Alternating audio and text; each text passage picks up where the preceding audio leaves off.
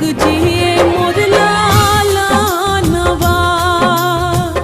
और जी करिले माई पूजिले चरणवा जुग जुग